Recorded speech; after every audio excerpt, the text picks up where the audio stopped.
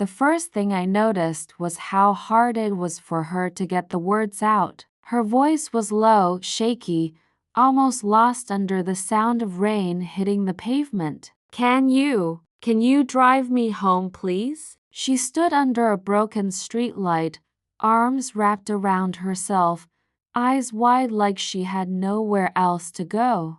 The kind of look you only see when someone's world has just cracked open. I should have answered right away. I should have said yes without thinking. I should have offered her my jacket, my keys, anything. But instead, tired, cold, and not thinking straight, I asked the one question that would change both our lives. So, where do I sleep? The moment the words left my mouth, I wished I could pull them back. If I had known what that night would uncover, what it would heal, what it would break apart and slowly rebuild, I might have stayed quiet. Or maybe not, because sometimes the road you never planned to take becomes the one that saves you. That night did not start in the rain. It started weeks earlier, inside my car. I had been living there for almost a month, telling myself it was temporary. I told myself I was just between jobs, just waiting for the right call, just unlucky for now. The truth was harder. I had been laid off. Rent fell behind. My landlord did not care about excuses. Friends stopped answering messages once they realized I needed help. Everyone was busy. Everyone meant well. Nobody had space. So I parked behind the diner where I used to work, folded my clothes in the back seat, and slept with one eye open. The diner was the only place that still felt normal. Warm lights, cheap coffee, familiar sounds. And her name was Emily. She worked the late shift, moving between tables with tired feet and a kind smile. She remembered orders.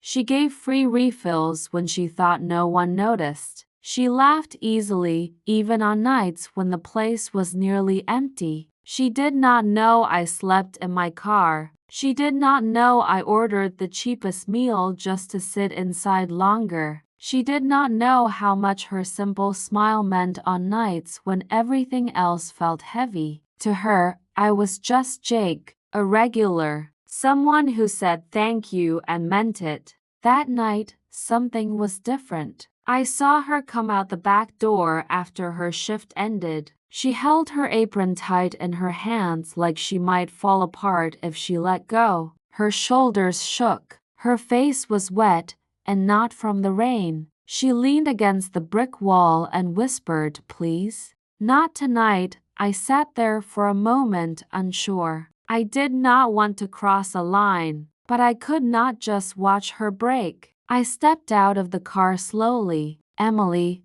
I said, keeping my voice soft. She jumped, then looked at me. Fear flashed across her face, then relief. "Jake, what are you doing here so late?" I told her I was heading out. It was easier than the truth. She glanced around the empty parking lot. Her voice cracked again. Can you drive me home, please?" Her hands shook so badly she dropped her apron. I picked it up and handed it back. "Yeah," I said. "Of course."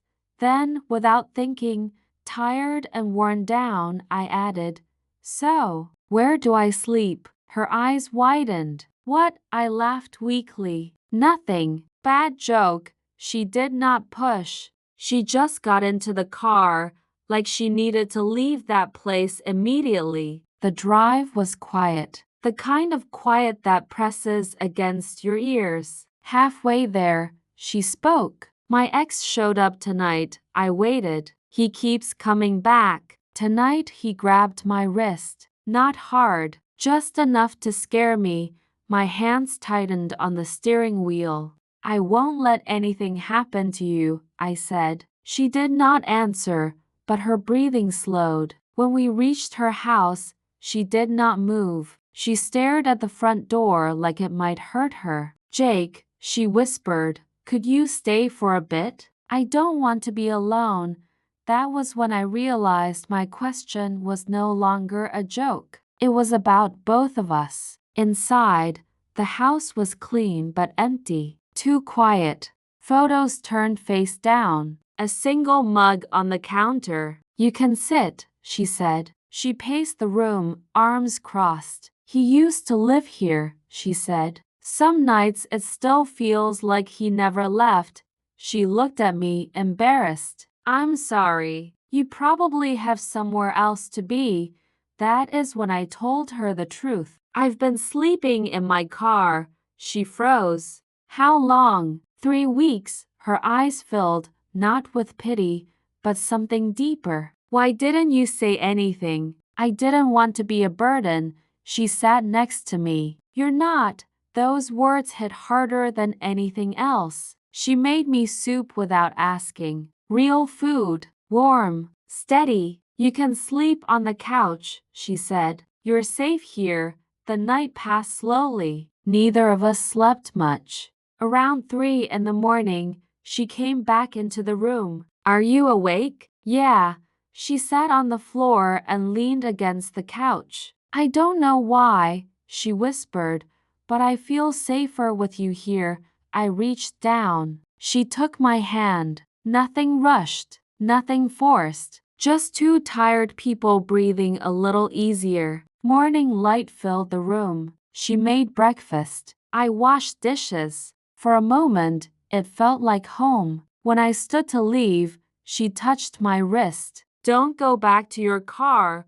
"What do you mean?" "Stay. Just for now." I swallowed. "Why?" She smiled softly. "Because last night you helped me feel safe. Let me do the same for you." Sometimes home is not a place. Sometimes it is a person who sees you when you have nothing left to hide.